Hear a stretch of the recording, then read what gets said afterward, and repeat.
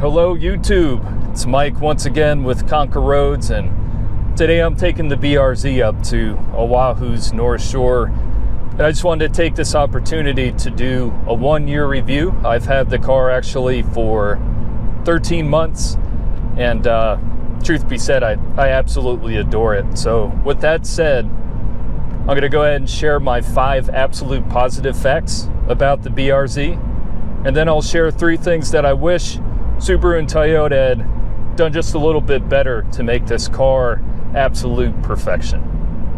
Let's get to it.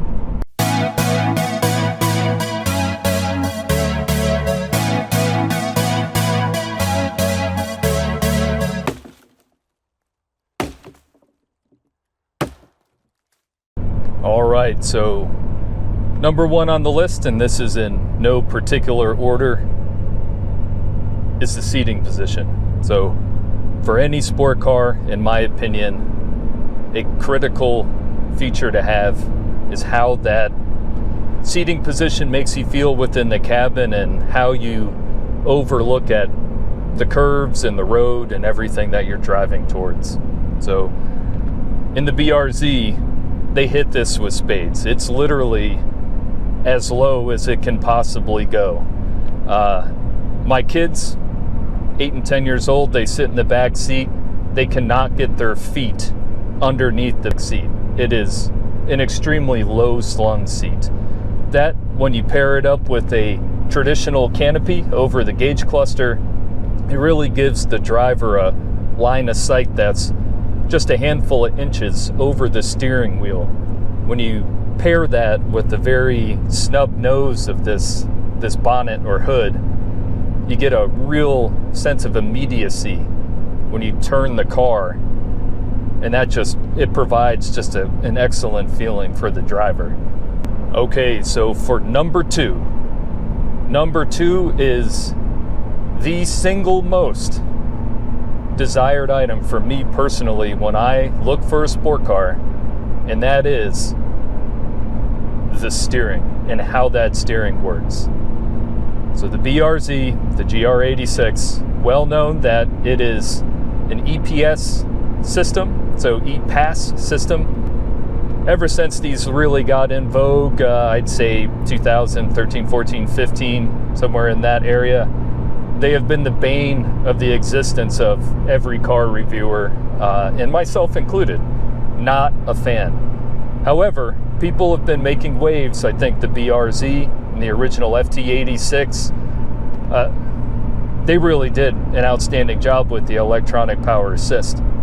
That is transferred here, and it still is a very feelsome drive, most of which happens when you move off center. This is extremely weighted, and boy, it's just millimeter precise. You move this steering wheel and the car begins to turn. I've rarely been in a car with this much immediacy, and it's immediate without making it very, very fidgety on the highway. It is legitimately perfect. Now, when you get into like a mid-corner type area, when you're out on a drive, it's the way the steering starts building up in tension. You can really tell that the tires are just yearning under the pressure as you turn the car. And that is, I believe, what every driver wants. It's certainly what I want. I want to know where that breakaway point is with the front tires and when they're groaning enough, and that way I know how to feather the throttle in the appropriate way to get the car where I want it to go. So, very feelsome. Now, to the critics out there against E-Pass systems, is this as feelsome like the divots and the imperfections within the road coming through the steering wheel into my hands? Is it as good as hydraulic power assist? Well, I'll say this system is extraordinarily better than many, many hydraulic steering systems that I've had in the past. They're not created all equal. Now, if you put this up against what I consider a benchmark is E46 and E92 BMW steering, it's not as feelsome as that. However, it's a very regal note, and it is extremely predictable inconsistent in that you don't have a groaning from the hydraulic steering, especially when you got low on fluid. You guys know what I'm talking about. Every time you turn the wheel, it is exactly the same. It's extremely linear, and I think really, especially if you're on a racetrack, that's a good thing to have. You're still going to know when the tires break away. The car is very predictable. It's very communicative. I would say one of the best cars you can get right now as far as steering. And I think hands down in this price range, you're not going to get anything that's even close to this. You guys can try to prove me wrong. Let's see what the comments have to say. So next up, third on the list, is the suspension in this car. So the suspension, I don't know what kind of wizardry, sorcery, or whatnot that Subaru in particular put into this car, but the way they paired these springs with these dampers is absolutely magnificent. This car handles so well through the corners right out of the factory. Just an absolute perfect amount of yaw where it feels like it dives into the corner and then just sways back out. It feels amazing. The Subaru engineers on some of their media that they released, they said that they wanted this car to dance through corners. And I absolutely think that they hit the nail right on the head. This is maybe the best handling car I've ever driven, certainly at this price point. And I've had cars from Corvettes to BMWs, 300ZX, all sorts of things.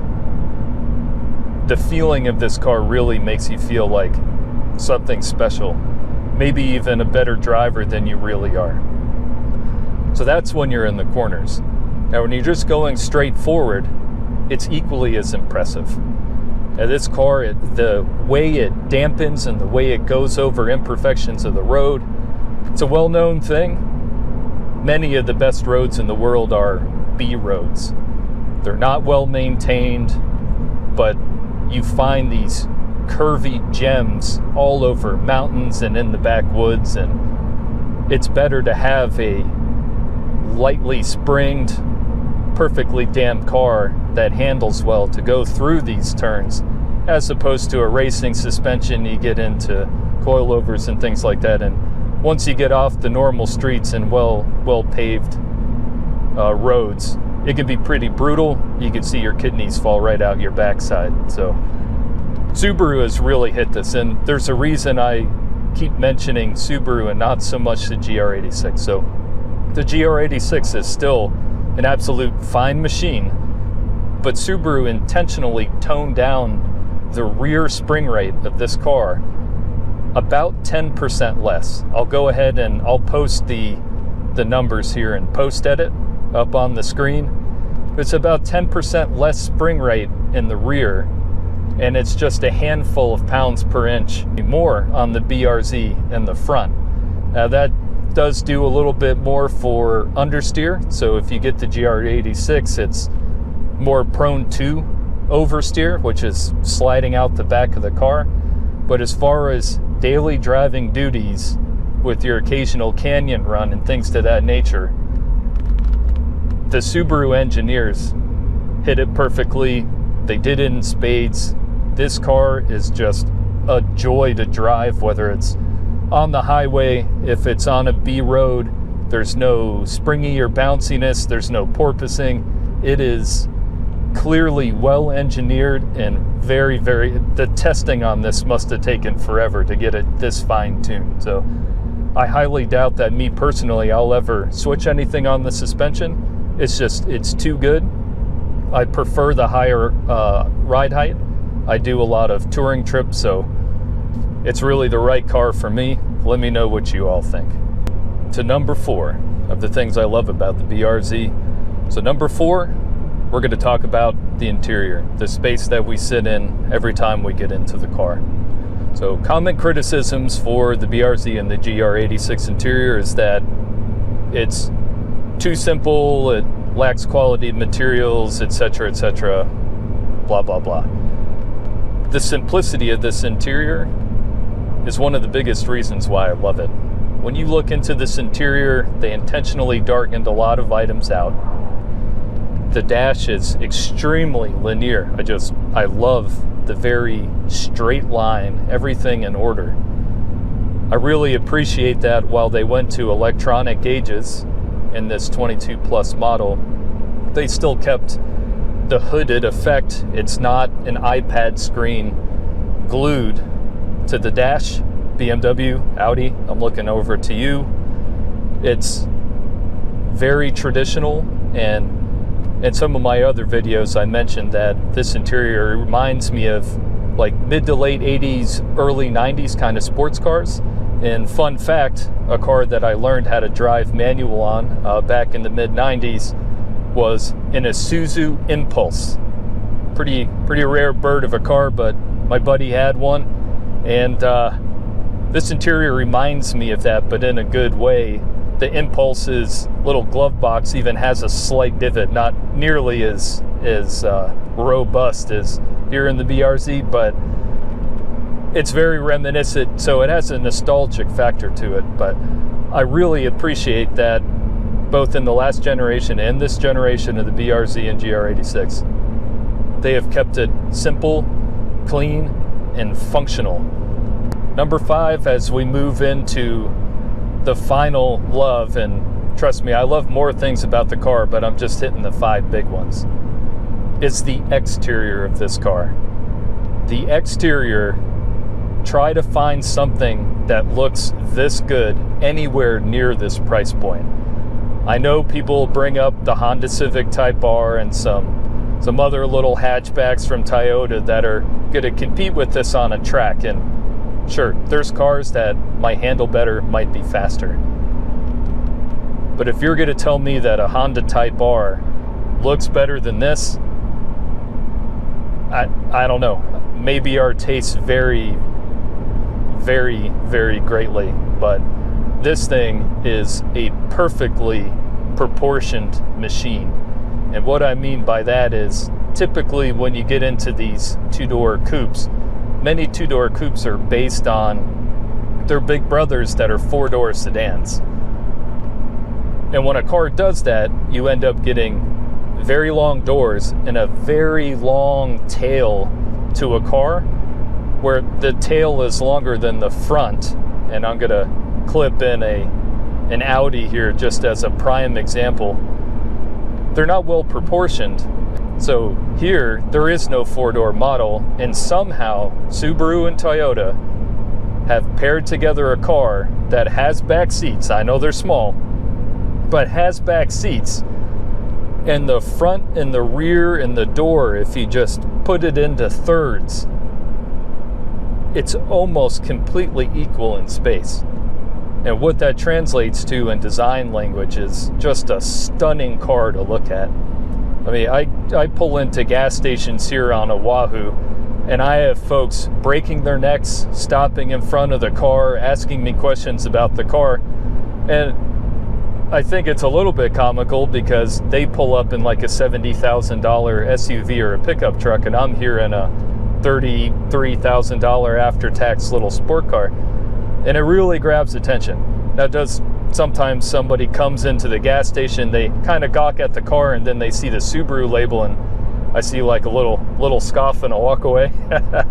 But that's all right. Hey, I like being a little incognito in the Subaru and having some fun. All right, now that we have covered my 5 favorite things, my 5 loves about the BRZ, I'm going to go ahead and transfer over to 3 items that for sure leave room for improvement. Certainly not a perfect car, but again, at this price point, a year after driving this, it's tough to beat. This is a fantastic car. But without further ado, let's jump into the 3 items that need improvement. So number 1, and this is super irritating. It's these side view mirrors. The side view mirrors are literally the size of Mount Everest. You can't see past these things in this direction. especially when you're in a roundabout, without having to, as I call it, prairie dog up and over these things. So you're sitting here, you get into a turn, I mean, it completely blocks a great amount of your visibility. And then I find myself, because I'm so lowly slung in the chair here, prairie dogging up and down and left and right, just trying to make sure that I don't miss somebody in a roundabout or on a turn, and then I get into a crash and it's terrible. For the second item on the room for improvement list for Subaru and Toyota, it's the telescoping steering. So, as mentioned before, I adore the steering in this car. Exceptional for an E-Pass system. I love the steering wheel. I love how it's set up. However, when I first got into this car, I went down to adjust the seat. I got the seat where I like it. I have relatively long legs. I'm about 6'1" or 73 inches tall. And then I went to put my hands on the steering wheel, and it was a little bit further than what I prefer. So I go to the telescoping function, I pull it down on the wheel, I pull it all the way out, and this is where it's at. This is not like a do or die kind of thing. I obviously still have the car and I love it.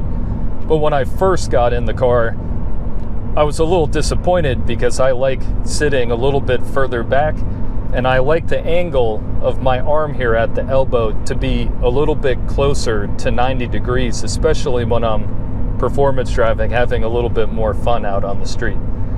So I have adapted to this. It's completely fine. I may reduce the incline a little bit and bring myself closer to the wheel when I get into some more entertaining driving activities, but I would have liked to have a little bit more. I mean, it can't be that complicated for the engineers and that much more expensive. Just to bring it out another inch or two, I think it would have been perfect. So maybe on the next generation, maybe on a refresh, we shall see. Now we are going on the final item on the overall list. The final item being number 3 on the rooms to improve, and that is a collective item I'm going to call sounds. This car, if you are coming from a 6-cylinder version of the Cayman or a 911 or even the new Z car, the 400Z, you come out of some of the original inline 6s from BMW, a Mustang, an older one, the Fox bodies. These are all cars that are well known for just beautiful noises coming from the car. This Boxer, the 2.4 in the 2-liter, it suffered the same thing. Because it has direct injection, they're very clackety injectors. Tractor sounding is what I see most on the forums, and I think that's an accurate description. Now, is it something that irritates me beyond belief or beyond relief? No, because I really only hear it if I have the music down, like very low volume, the windows down, and I'm at a stoplight, or when I first start up the car, I can hear the clacketing. As I drive along, I don't hear it at all. So, not a super big deal, but hey, if you're at a car show and you start up the engine, you're not going to turn any heads, at least in a positive way, by folks hearing the sound of this engine like under the hood. Continuing on the sounds, talk about the factory exhaust. So the factory exhaust, I'll clip in a little sound clip here.